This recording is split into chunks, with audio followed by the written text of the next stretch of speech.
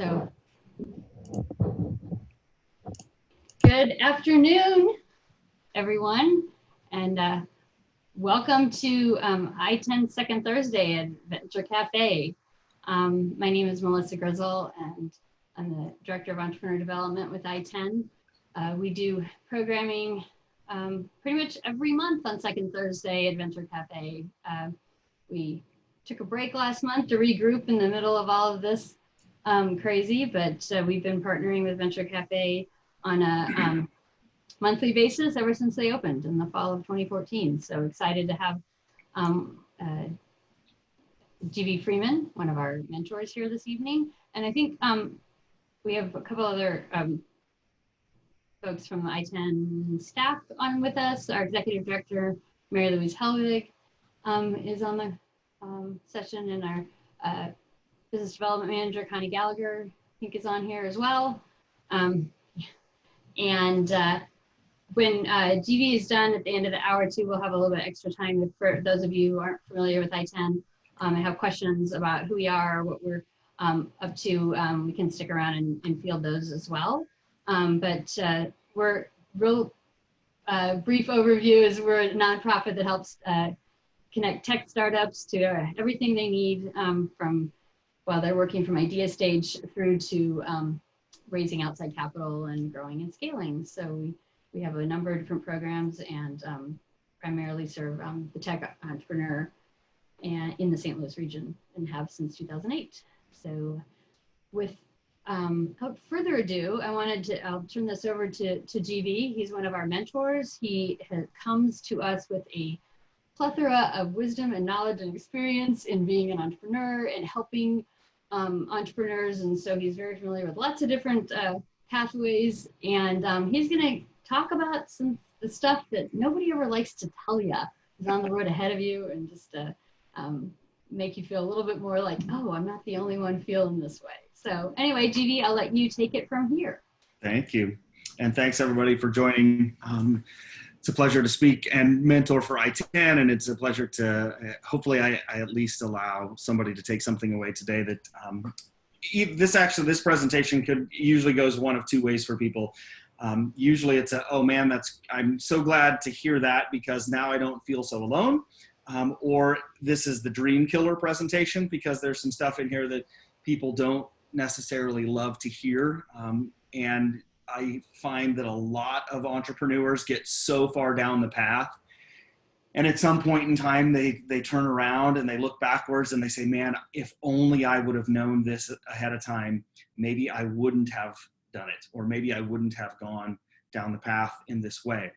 So I would just tell you to keep an open mind throughout the presentation. I want to try and keep this to about 40 minutes or so. If you have questions, please leave those in the chat. Melissa's going to keep an eye on the chat. I'll probably try and get through a good portion of the presentation. If I do happen to see something pop up on chat, I will try and address it. But if you do have anything that you'd like to share with the group, just put it in chat and we'll catch those towards the end. So as Melissa mentioned, these are at least 10 things. These are the top 10 things that people don't really like to talk about. And they're super important.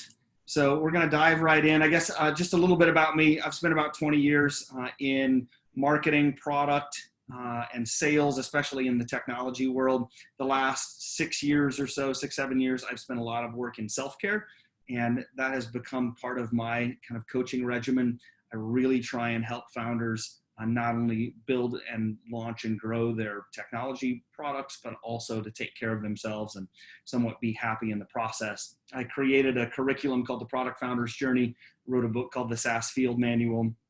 You're welcome to go to my website and grab a copy of that. And then as I mentioned over on the right-hand side, I'm a really devoted yogi. I'm a certified yoga teacher. I teach a lot of mindfulness, and I really try and blur the lines between what it's like to work and what it's like to live, because we really only have one life. And this concept of work-life balance, I think, is a flawed concept. The idea, if I was walking across a big waterfall on a tightrope, and this idea that I have this stick in my hands, and if I lean too far over, I'm in the work world, and if I lean too far over, I'm in my personal life.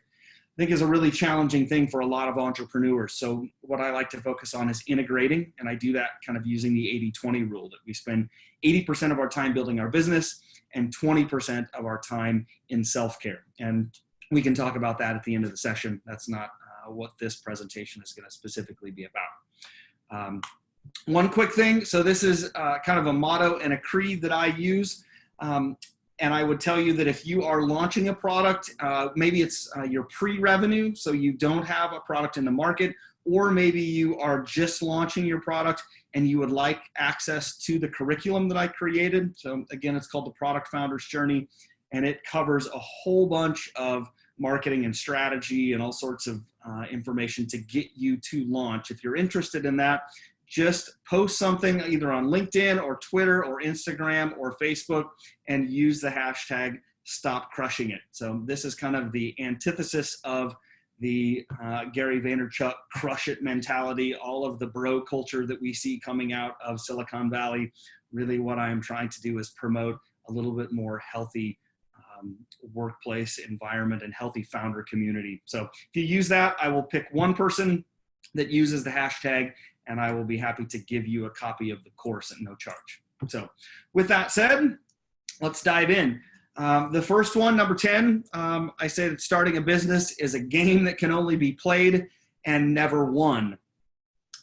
And this is really true, especially if you are starting a brand new business, that everybody thinks that all I got to do is get to market. All I got to do is win my first customer. All I got to do is launch my product. All I got to do is build my website.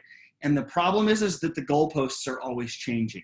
And the reality is we never end the game. Like, there is no fourth quarter when we're talking about startups. Every time we achieve something, there is always something next to do.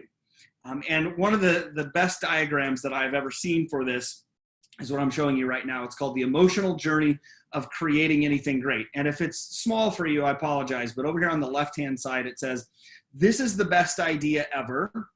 And over on the right-hand side, it says, this is one of the things I am most proud of. But down in the bottom is the dark swamp of despair. And I will tell you that when you are looking at startups and people are sharing about their startups and their successes and their journeys, I'm telling you that you really only hear about the both sides. You hear about this is the best idea ever, and you hear about this is one of the things I am most proud of. Very rarely do you actually hear about the swamp of despair. And it happens, I would say, in every startup. In some level, in some way, shape, or form, you are going to hit this point. And it's super important to know that it's coming and to know what you can do to get yourself out of it. And that's going to require community. It's going to require communities like the one that ITEN builds and the support that they provide. Because if you don't have any kind of community or any kind of resources around you, and you hit that swamp of despair, it's going to be a really challenging time, both business-wise and personally. I recommend, and I'm going to talk about it a little later, but I recommend that founders find coaches and therapists, because your spouse, your girlfriend, your boyfriend should not be the people that you come home to and unload all of your baggage, because it's a lot of baggage.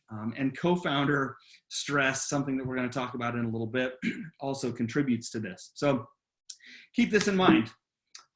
Next up, startups require more time, energy, and money than you might expect. Oftentimes 2 or 3 times or even more than you might expect. So I like to say that we have, as founders, we really have 3 resources. We have money, energy, and time. And those are incredibly limited resources. You need to be very careful how you spend your money, energy, and time. And what I find is that people will devote a lot more, if they have it, they will devote a lot more money to a problem that shouldn't be devoted. They will devote a lot more time to something, and they will keep continuing to try and figure something out when all they should do is just raise their hand and say, I don't know. And as entrepreneurs, we tend to do that. We really like to dive in. We like to try and figure out our own problems. And I'm telling you that if you're not careful, you will end up spending massive amounts of time and money and energy trying to get your product launched. I've worked with an organization that spent $250,000 launching an MVP that honestly should have never been launched. Like, they didn't even go out and do any of the competitive research. They didn't really go out and figure out what their potential prospects and customers needed. And as a result of that, they spent enormous amounts of money, and they'll probably never make it back. So I think that you just have to know ahead of time that it's going to be a lot harder and a lot longer than you might expect. This is one of my favorites. Co-founders are second marriages, and the divorce can oftentimes be a lot worse. So, you know, I think that if you've ever been through a separation, and I haven't, but if you've ever been through a separation and you have to figure out your custody plan with your children, I think that that's a lot of the times the way it feels when you have to divide up an organization and a business with a co-founder. I have worked with a number of co-founders over the years that really struggle with each other. And I like to tell people that getting a co-founder should be like a dating process. When you start dating someone, you don't show up on the first date and say, "Will you marry me?" And I could say that the same way with sales. So you don't show up to a prospect's doorstep and say, "Will you buy?" on the first meeting. And I would tell you to do the same thing if you're looking for a co-founder. If you need to find somebody to get your startup off the ground, figure out a dating plan. In fact, I offer something in my Product Founders Journey course, and it's free. If you go to productfoundersjourney.com, you can get a co-founder kind of assessment, and you and your co-founder can go through a lot of those questions, and you can sort of start to date over the course of a couple of months. And then if you agree on a lot of stuff, and if you have the same vision, if you have the same values, then go ahead and move forward with a partnership. What I find most often is that co-founders have the skills that each other needs. So one person might be the visionary and another person might be the technical co-founder. So I've got an idea and I've got somebody to build it. And they say, "Hey, that's great. We have the right skills. Let's move forward." But they only realize later that their values don't really line up. And values are incredibly important, not only when you're working side by side every day, but also as you're creating an organization. The values that you have as co-founders end up creating the culture that will eventually be imbued into your software startup. So, or startup of any kind, really. So just make sure that you know who your co-founder is, and make sure that you are ready to go into business with that person, because it could be a long haul, and getting a divorce can be pretty painful. Number 7, when the going gets tough, you're going to stop doing the things that make you feel good. And I think that we're in a really unique time right now where people have been swinging back and forth between doing the things that make them feel good and then also like spending enormous amounts of time sitting on the couch or the recliner and eating more crappy food than they usually eat. And in fact, like, I will ask you the question, so you don't have to raise your hand, but I would encourage you to take a look at this list.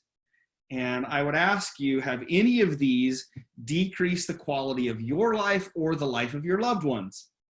Now, obviously people are not doing a lot of in-store shopping, but has your Amazon shopping habits increased over the last 8 weeks?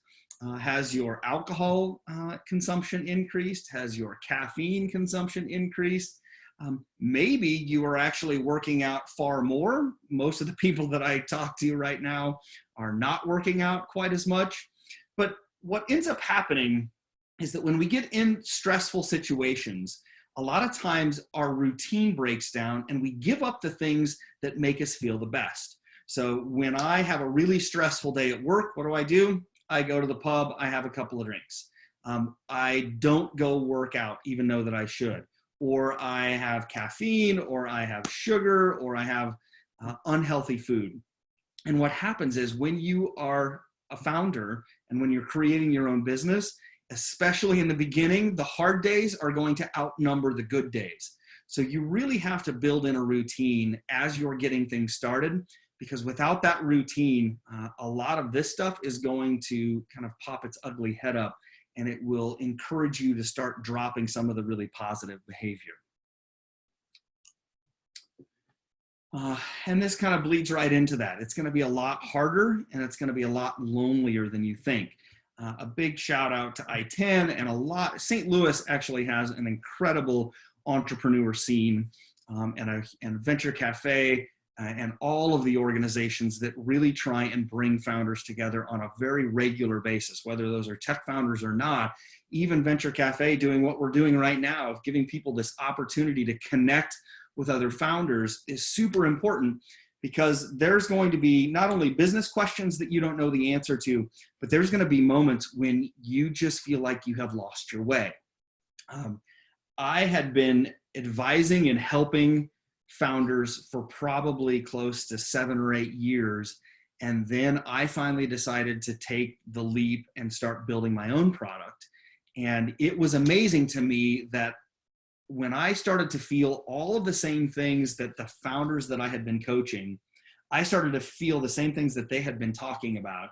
And, you know, the challenging thing is when you're in the picture, it's hard to see the frame.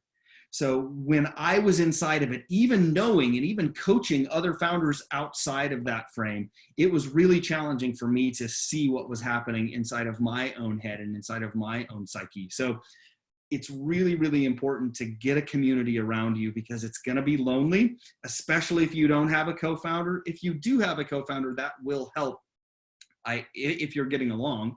If you're not getting along, then you're probably going to want to seek out other co-founders or other founders, other people like those in ITEN, to try and figure out how you're feeling, and at least maybe apply some salve to some of the wounds that you're experiencing on a pretty regular basis. You know, every time you don't get a deal, when you don't make the sale, it's a challenge, and it's lonely if you're the only salesperson. So connecting with another salesperson at Venture Cafe, connecting with another salesperson at ITEN is going to be super important. So make sure that you know this ahead of time and have a great support structure. Here's some data on what it's like for entrepreneurs. So this is from a study called Are Entrepreneurs Touched with Fire? And when we talk about loneliness, that's just one feeling that might pop up. But here are some of the actual medical evidence that we see coming out of research, where entrepreneurs are 2 times more likely to report having a mental health condition. We are 2 times more likely to suffer from depression, 6 times more likely to suffer from ADHD, 3 times more likely to suffer from substance abuse, 10 times more likely to suffer from bipolar disorder, 2 times more likely to have a psychiatric hospitalization, and 2 times more likely to have suicidal thoughts. All of those stats are really scary. And especially when you don't have a team around you, if you're trying to do it all alone, if you don't have a therapist or a coach or a mentor or a co-founder, all of these things can manifest in some pretty bad behavior. And we want to try and prevent that as much as possible. Number 5 is you'll probably develop your product too early. I would say 97 out of 100 entrepreneurs that I work with and that I coach, they have already built their product before they have validated anything. They have built their product in their head. Sometimes if you're a developer, if you're a technical co-founder, you have sat down on a Saturday night and you have started to write code or build your app before you've ever talked to a prospect, before you have ever done any market research, before you have ever done any competitive research. And I would tell you, if you have the skills to be able to develop a product and you're just doing it for fun, I say go for it. Like, do it for fun, but don't be surprised after you have this great idea and you talk to your best friend or a family member that says, I really wish that you could solve this problem for me. And you go out and spend a whole bunch of time building it. And then in about 3 weeks, you start looking around and you find that there's already 3 competitors and you just didn't hit the 2nd or 3rd page of Google, or you weren't searching for it in quite the right way. And most people, whether it's in their head or whether they pay a consultant or whether they start developing it themselves, they are going to develop their product too too early. The product's going to be bigger than it should be. So I would encourage you to read something like the Lean Startup. Try and build as few features as you possibly can to get your product into the market, and determine whether or not people are going to buy it before you spend a bunch of money. In fact, I call it a minimum viable concept. A lot of you are probably familiar with the idea of a minimum viable product. And when I think of an MVP, I do think of code that has been written and that people can actually use in somewhat of a normal fashion online. So what I refer to it as the MVC, or the minimum viable concept. And that could be a Kickstarter campaign, or a landing page, or an AdWords campaign, where you are determining whether or not people are interested in your idea and what you have to offer before you ever write a line of code. There's probably 10 different ways that I could tell you to build an MVC that will prove out whether or not you have some level of interest or market before you ever have to start writing a line of code, before you have to find a technical co-founder, before you have to hire a development company that's going to charge you $10 to $50 to $100,000. So be careful to not develop your product too early. Number 4, demand and competition, or lack thereof, are frequently imagined and rarely researched. And this is exactly what I was referring to in the previous example. Is you have a great idea, a family member, a friend says, oh, I know that you can build apps. What do you think about building an app for this specific thing, or to solve this problem? And you're like, oh, that's a great idea. We should do that. So you go into business together with your friend, and maybe you buy a domain name and you actually incorporate and you start building the product, and you haven't done any research with prospects. You haven't done any research with competition. And I would tell you that the 2 main places that people skimp on that they should not are those 2 pieces of research.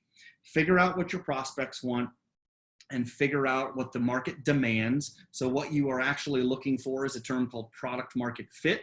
A lot of people also think that you have to have a product in the market before you can find product market fit. And I would tell you that's really untrue. If you go back to the minimum viable concept that I just talked about, you can actually begin to find some level of product market fit before you ever launch anything. So I'll give you an example. I developed the course that I created, and I really didn't do a ton of competitive research, because I was really just building it for myself. It was really more fun than it was anything else. But what I was able to do is run a couple of AdWords campaigns, and I was able to see which titles converted better than other titles.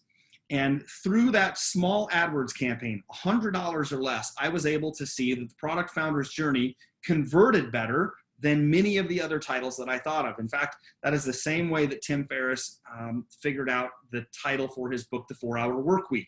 He ran Google AdWords campaigns. This has been probably 12, 15 years ago when he released that book. He ran Google AdWords campaigns to determine which ones converted the most. In fact, he did the same thing when he wrote The 4-Hour Body. The 4-Hour Body had nothing to do with 4 hours, but it converted higher than the rest of them. So he named the next book, The 4-Hour Body. So there's a lot of ways that you can do some product market fit research, some demand generation, some competition. The one thing that you probably can't do before you have a product, it's going to be a lot more challenging to get people to actually give you a credit card or pay or want to sign up for your product if it doesn't exist yet. So you can get a whole bunch of people to convert, and they might be really interested in what you have to offer, but they're not actually willing to completely convert. They're not actually willing to give you a credit card. That last step is going to be really hard to do until you have a product in the market. Here's a graph that tells you why the top 10 reasons startup fail. And the very, very top one is no market need. And if you want more information on product market fit, there's the Andreessen Horowitz VC firm has an incredible blog post on product market fit. If you just type in Andreessen Horowitz product market fit, it'll come up on Google. I would encourage you to do that if you're considering launching a startup, if you're in the very early stages. Number 3, this is actually one of my favorite movies, but if you build it, they will come as a plot line and it's not a business plan. And maybe you have even figured out that you have some level of product market fit.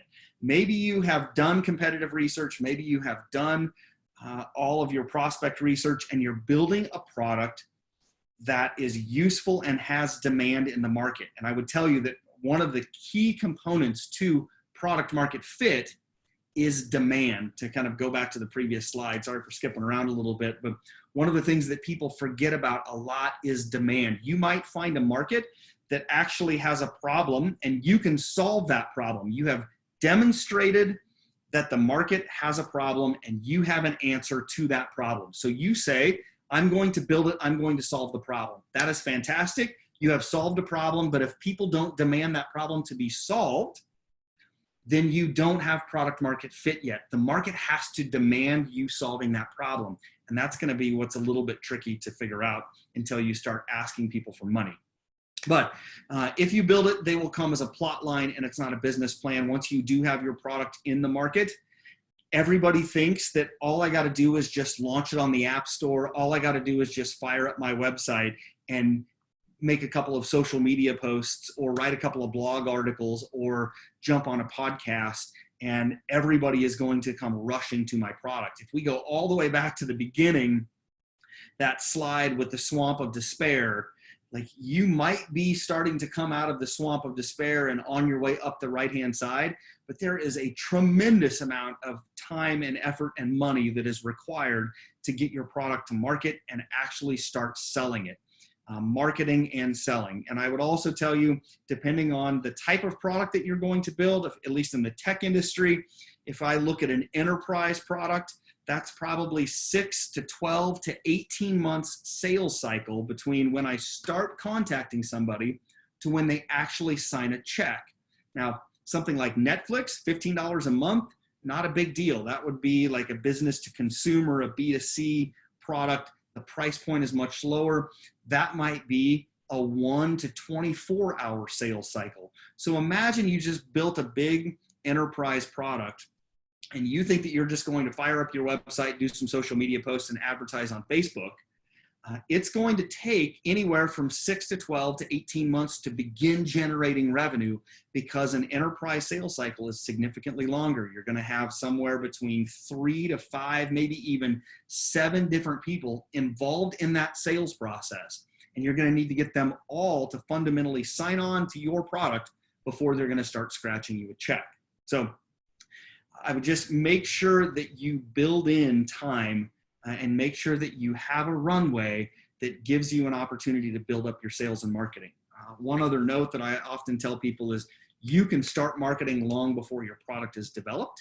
So if you have a product that's in the mix and you are developing it, maybe you've built an MVC and you have some of the content already ready to go, you can build your website, you can start collecting email addresses, you can start going on podcasts and getting some PR.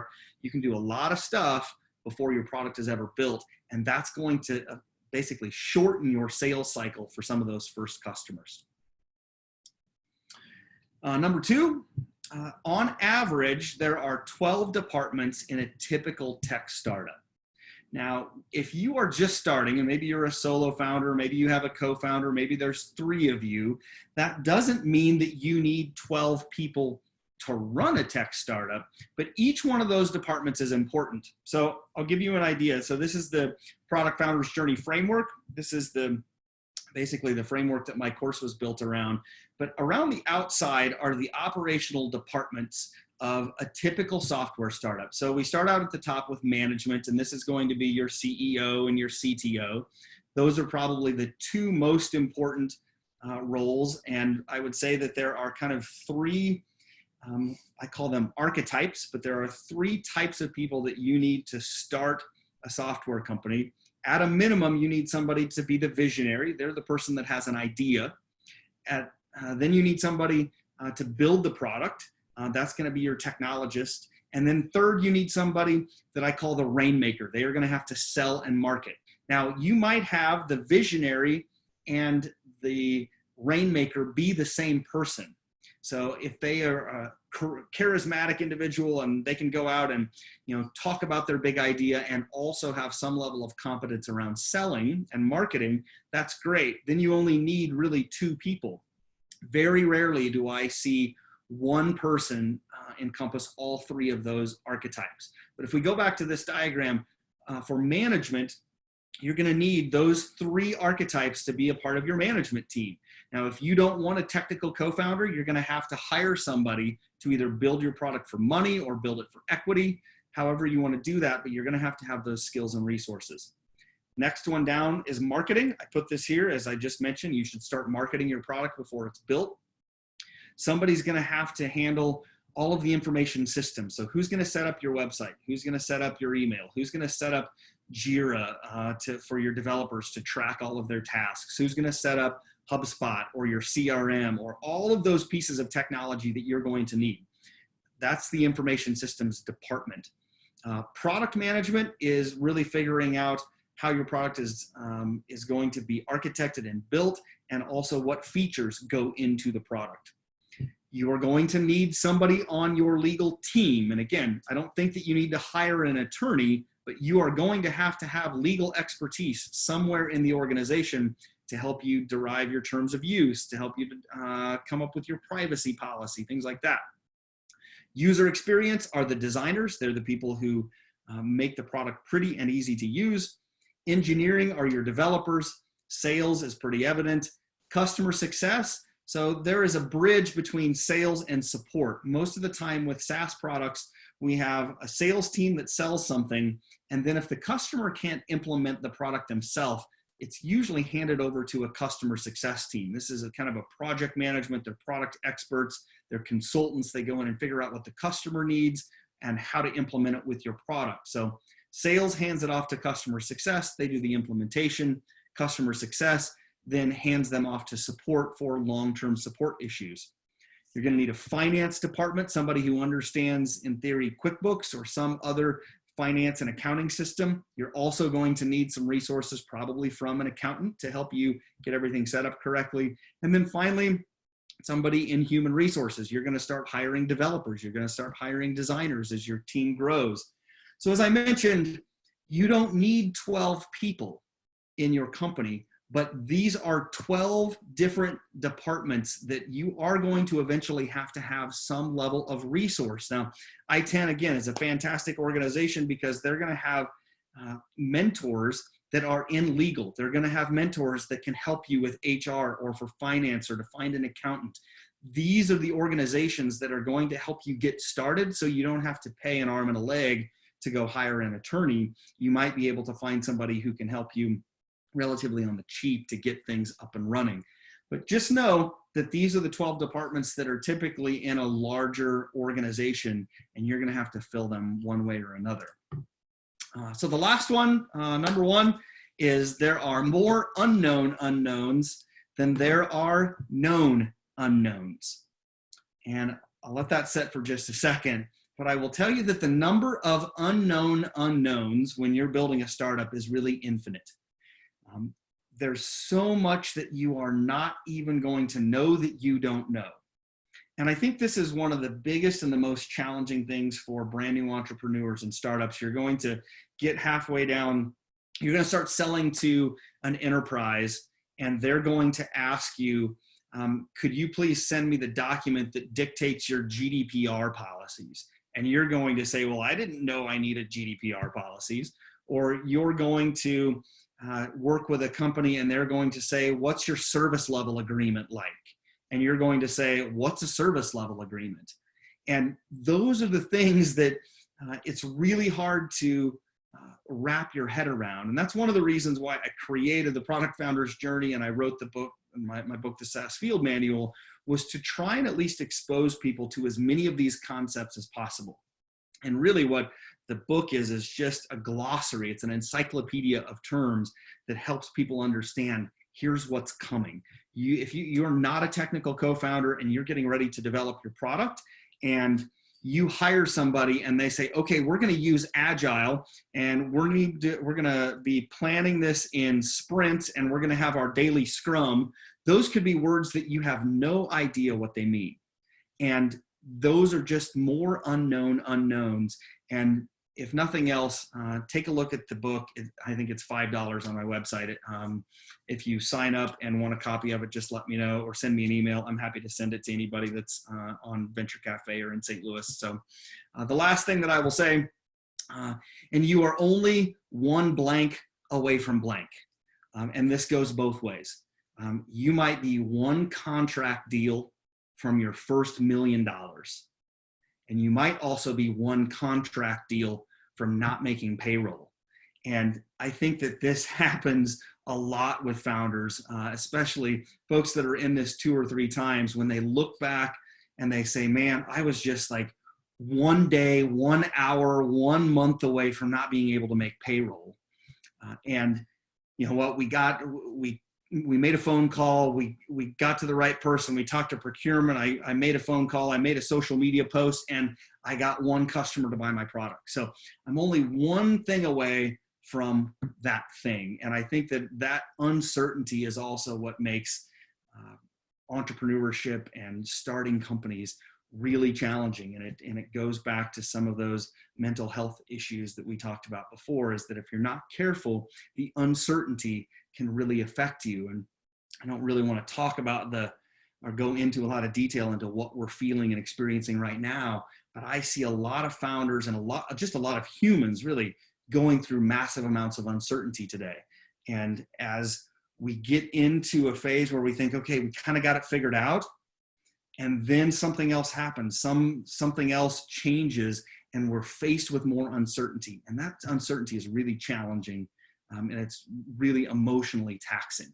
You kind of have to give up your need for control. And I would tell you this, if you are a control freak, it is going to be a blessing and a curse when you launch your first startup. So with that, again, if you post "Stop Crushing It" to any one of these channels, I would be happy to give away my course to somebody who is posting that today.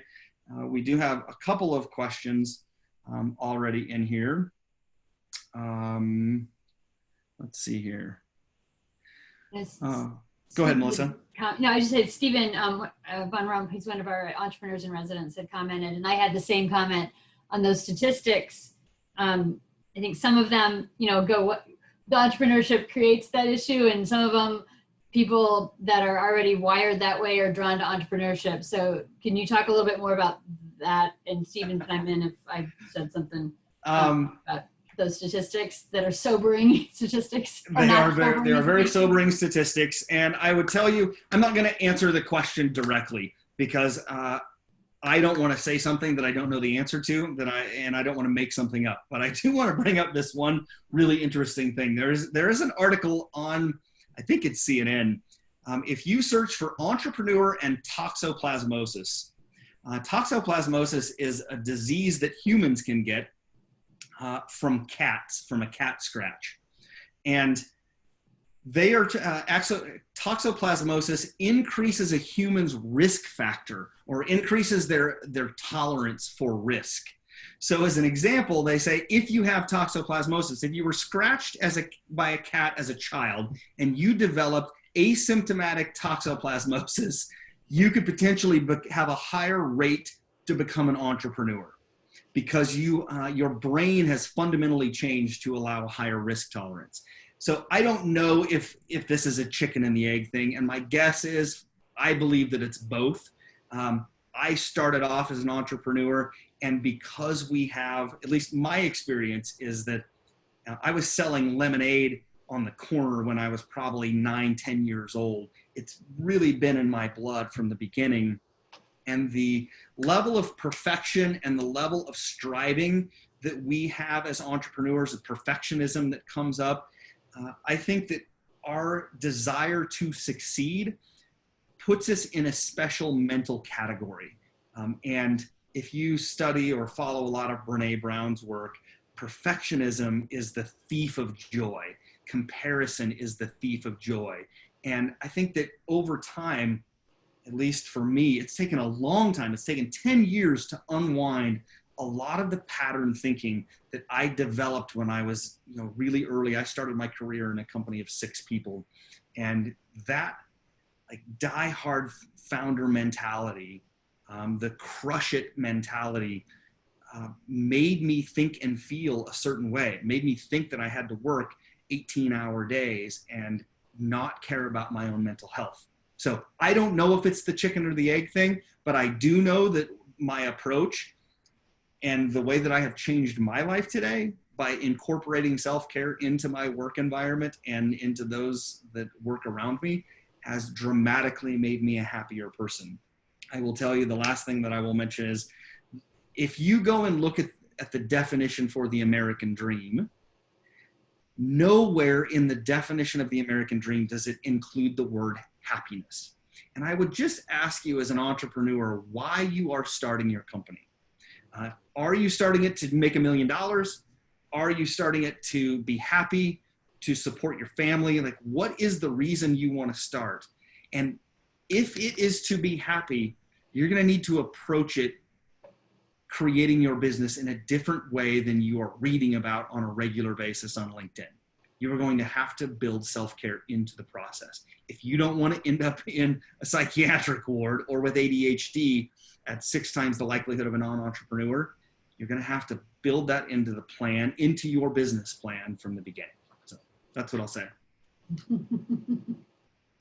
Dwight said, thank you, Dwight. I've experienced all of those things. I'm very interested in self-care. So I appreciate a fellow founder who is actually interested. And this is happening more and more. A lot of people are realizing, especially second-time founders, I find, second and third-time founders that built a company and maybe it failed, built a company and they sold it and they're building their second one. This is when they come back and say, man, I don't want to do it the way that I did it before. I want to have more time with my family. I want to be able to take a Saturday off and not think about all of the hundreds of things on my to-do list, because it's challenging to just put it down for a weekend. I have the same problem with it as well, which is the reason why when I take a vacation, I try and go to a country where my phone doesn't work. Because if I can do that and completely check out and turn off, I finally get a little relief. We do have a little time left over. It's about 15 minutes left. So if you have any other questions, stick those in the chat. If not, I might hand it back over to Melissa. I know that she wanted to share a little bit about. Jill just commented on. There's a resilience free conference speakers online this week. I'm not sure how. I think it's a free conference. I don't think it's free of resilience. I just want to make sure, right? Oh, okay. I think It's a free conference about resilience. Gotcha. Sorry. That's okay. Commas are important. Do you know where that's at, Jill? Any ideas where people can go to? It's on my other computer. I'll look and see. Somebody just asked about favorite books, and if you'll just excuse me, I'm going to pull up something else. Oops, that's the wrong one. Sorry. I have a self-care toolkit. If you go to my website, gbfreeman.com, you can download what I call my self-care toolkit. It has a whole bunch of resources in there for people that want to incorporate self-care into their world. And I will just pull it up because there are a number of really good books inside of there.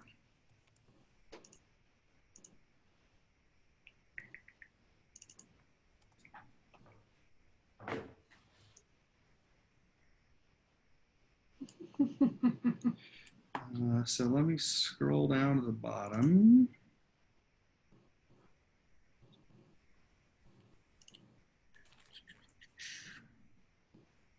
You can get access to all of this.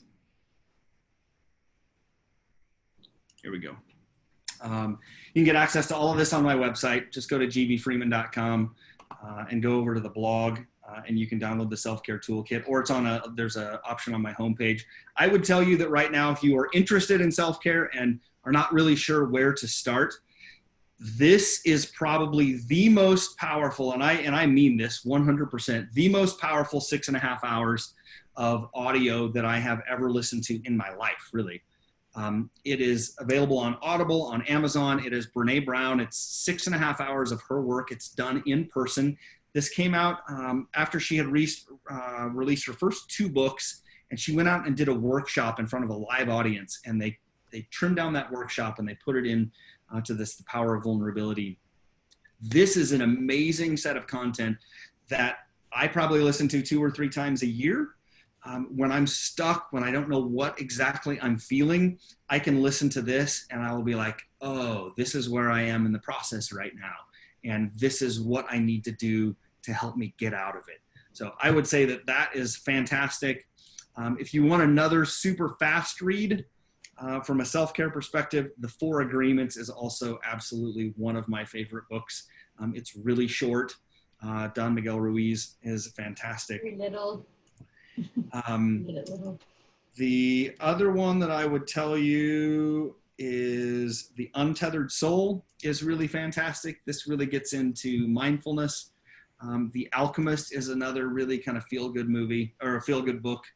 And then finally, if you're just looking for some really fantastic creative spirit, Big Magic from Elizabeth Gilbert is also one of my favorites. It's a short read and a lot of fun as well. Cool. Dan had posted something, GV.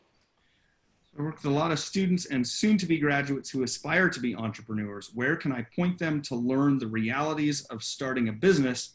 I think a lot of people see the glamour and not the hard work. I would be lying if I didn't tell you to send them to productfoundersjourney.com. We'll set them straight at ITEN as well. Yeah, or just send them to ITEN. You can sit down with one of us mentors, and as long as the mentors are being like honest, and I think that a lot of them at ITEN are, is that we try and be as honest as we possibly can with people that have these ideas. And again, this is the reason why I call this presentation the Dream Killer presentation, because sometimes people need to, at least for a moment, have a gut check and say, man, this might not be a great idea. You would be amazed at the number of times that I can talk to a founder and jump on a phone call or jump on my iPhone or on my phone and find 5 competitors that are doing exactly the same things that they are doing. And it's just that they haven't looked yet. So, $5, my book is fantastic. Softwarefieldmanual.com or .org. Go there, download the Software Field Manual. That alone will help people provide some context and alleviate a lot of the unknown unknowns. Dwight says, I follow Bob Chapman. People-centric leadership. How do you include self-care for your employees into your company's culture? There is some fantastic, the Emotional Intelligence Institute from Yale University. I can't think, his name's Eric Brackett, maybe. He does a lot of emotional intelligence work in schools. He's created a program called Ruler, and they are adopting emotional intelligence practices in schools. And I would tell you that if you go and look at that program and figure out a way to morph it into company culture, the amount of benefits that emotionally healthy and emotionally intelligent leaders and staff get is enormous. When we feel safe, we can be creative. Everybody wants creative and productive employees. So I believe, this is personal conjecture for me, but I believe that the reason why for the last 50 to 75 years, bosses have said, leave your emotions at the door, like check your emotions at the door and come in and get work done, is because those bosses weren't capable of dealing with those emotions if they did come into the door. So when you are incapable of dealing with your own emotions, you are damn sure incapable of dealing with somebody else's emotions.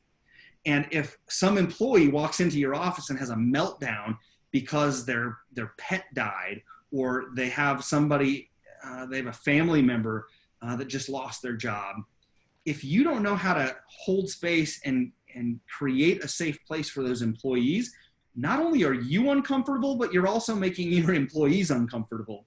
So if you want to build it into your workplace, you as a leader need to take responsibility for getting your own emotions, understanding them, getting them somewhat under control, and then having the wherewithal to create emotionally safe and healthy environment that doesn't include guilt and shame and all of the horrible emotions that we encourage our employees to deal with on a pretty regular basis. That's at least my perspective. Okay. Any other questions? I think we're closing in on 5. Okay. And I think GV had his information, how to reach him. And but I wanted to just close on a couple of notes about ITEN. Thank you so much, GV, for being here tonight and sharing some fabulous information that I think we obviously feels important because we had you talk about it, but we see it every day. Where people come into ITEN with an idea, with really early in their process, and they very much underestimate the road ahead of them. And so, not to scare people, but to create an environment that they can, for success by understanding what's ahead of them and how they can prepare and how they can, really think through the things that are going to help them, build and grow their company. And you're right, it's not just throw together something, put out some Facebook ads, and everybody comes and you become the next unicorn and ride up into the sunset with Mark Zuckerberg. So, I think I appreciate your honesty and your transparency tonight. For anyone that is currently looking at launching a tech startup or is working on one, that's our main focus. We would love to help you.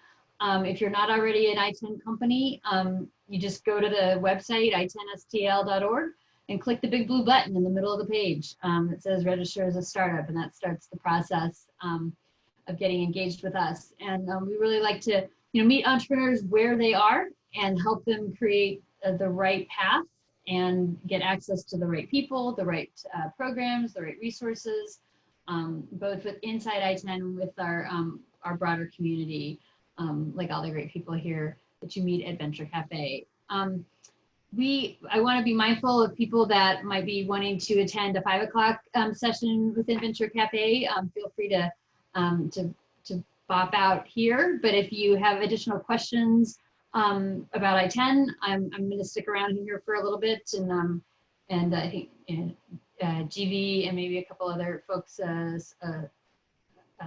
associated with us maybe as well. Sure. Otherwise, thank you so much for joining us at ITEN Second Thursday at Venture Cafe, and we'll see you next month.